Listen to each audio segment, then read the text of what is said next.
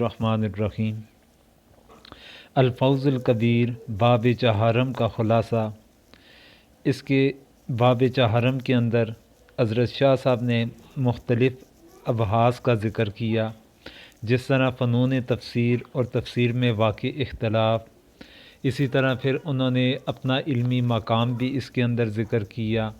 اس کے بعد شان نزول اور ناسخ منسوخ کی بحث کو بھی انہوں نے اس باب کے اندر ذکر فرمایا، اور اس کے ساتھ تعویل، توجیہ، استنباط وغیرہ کی ابحاث کا بھی تذکرہ فرمایا۔ تو آج باب چہارم کا حصہ اول، اس کے اندر ہم آپ کے سامنے مفسرین کرام کے جو مختلف گروہ ہیں ان کے بارے میں ذکر کرنا چاہوں گا۔ شاہ صاحب نے مفسرین کے 7 گروہ کا ذکر فرمایا، اور 7 گروہ میں سے جو پہلا حضرت شاہ صاحب نے گروہ کا ذکر فرمایا وہ محدثین کا گروہ ہے۔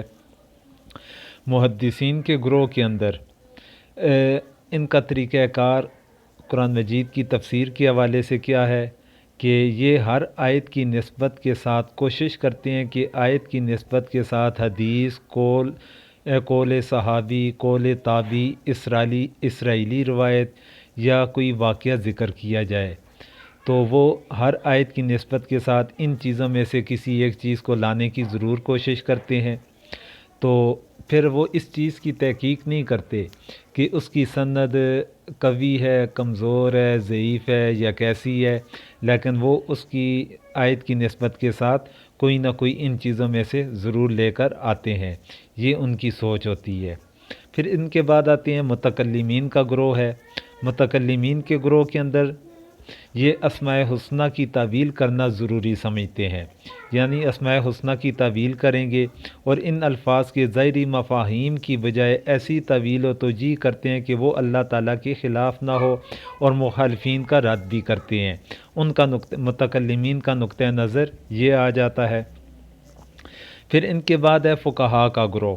اب فقہا کے گروہ کے اندر کیا چیز ہے کہ ان کا زیادہ تر نظریہ یہ ہوتا ہے کہ احکامات والی جو آیات ہیں اسے وہ قابل ترجیح بناتے ہیں، اس کے اوپر زیادہ بحث و مباحثہ کرتے ہیں، اس کے اندر جو ائمہ کے اقوال ہیں ان اقوال کا ذکر کرنا بما دلائل کے، تو پھر جو اپنے جس امام کے خود مقلد ہیں اسے قابل ترجیح ثابت کرنا، یہ فقہا کا گروہ اس طرح تفسیر کرتے ہیں۔ پھر ان کے بعد آ جائے گا لغت و صرف و نحو کے ماہرین کا گروہ۔ اب ان کا کیا طرز عمل ہوتا ہے تفسیر کرنے کے اندر؟ یہ قرآنی الفاظ کے معنی اور الفاظ کے مختلف استعمالات اور ان کی صرفی و نحوی حیثیت سے بحث کرتے ہیں، اور دلائل عرب شعراء کے کلام سے دیتے ہیں، یعنی عرب کے شعراء کے کلام سے یہ دلائل کی بنیاد کے اوپر تو صرفی و نحوی حیثیت سے مختلف الفاظ کے استعمالات کا ذکر کر لیتے ہیں۔ پھر اس کے بعد ہے ادیبوں کا گروہ۔ قرآن مجید میں علم معنی و علم بیان کے نکات بیان کرنے کے ساتھ فصاحت و بلاغت کے پہلو واضح کرتے ہیں کہ اس کے اندر بلاغت کے یا فصاحت کے جو پہلو اللہ تعالیٰ نے ذکر کی فرمائے تو ان کو اجاگر کرنے کی کوشش کرتے ہیں۔ پھر 6 نمبر پر ہے قراء کا گروہ۔ تو قراء کا ان کا رجحان زیادہ تر مختلف قراتوں پر ہوتا ہے۔ پھر جو مختلف آیات کے اندر مختلف قراتیں آتی ہیں تو ان کا تذکرہ کرتے ہیں، تو اسے وہ قابل ترجیح بناتے ہیں۔ پھر ان کے بعد آ جائے گا صوفیاء کا گروہ 7ویں نمبر پر۔ ٹوٹل انہوں نے 7 گروہ کا تذکرہ کیا، تو آخری گروہ صوفیاء کا گروہ ہے۔ تو یہ جس جگہ پر تصوف و سلوک کے حوالے سے نکات ملتے ہیں، اس کی وضاحت اپنے مسلک کو ترجیح دینے کے ساتھ ساتھ کرتے رہتے ہیں۔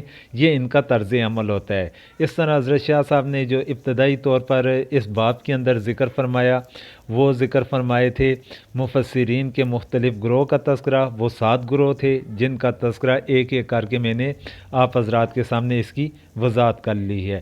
امید ہے کہ آپ اچھے انداز کے ساتھ سمجھ گئے ہوں گے۔ اس کے علاوہ جو باقی مباحث ہیں وہ انشاءاللہ اس باب کی دوسری ویڈیوز کے اندر میں شیئر کر لوں گا۔